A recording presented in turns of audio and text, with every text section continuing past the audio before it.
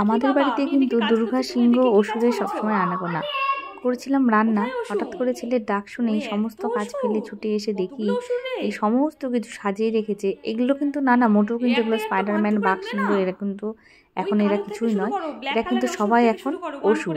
এইবার ছেলের খেলা শুরু। আর বলে দিই, ছেলে হচ্ছে আমার সিংহ, আর এই সমস্ত খেলনাগুলো হচ্ছে ওর এখন অসুর। আর মাকে অবশ্যই দুর্গার অবতার ধরতেই হয়। আর তারপর আমাদের এই রোজকার খেলা শুরু।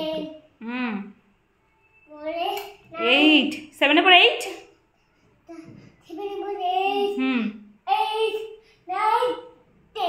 9 তারপর 9 এর পরে 10 এ হাত দিয়ে 10 বলো। স্পাইডারম্যানের গায়ে হাত দিয়ে 10 বলো।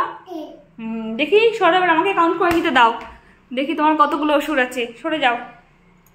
1 2 3 4 5 6 7 8 9 10। ভেরি গুড, 10 খানা অসুর আছে। এবারে এতগুলো অসুরকে কে বধ করবে? কে বধ করছে এতগুলো অসুরকে? সিংহ বধ করে ফেলো। দুর্গা মা, আচ্ছা দুর্গা মা বধ করবে। এত অসুর, আমাদের বধ করার অস্ত্র কই? অস্ত্র নিয়ে এসো।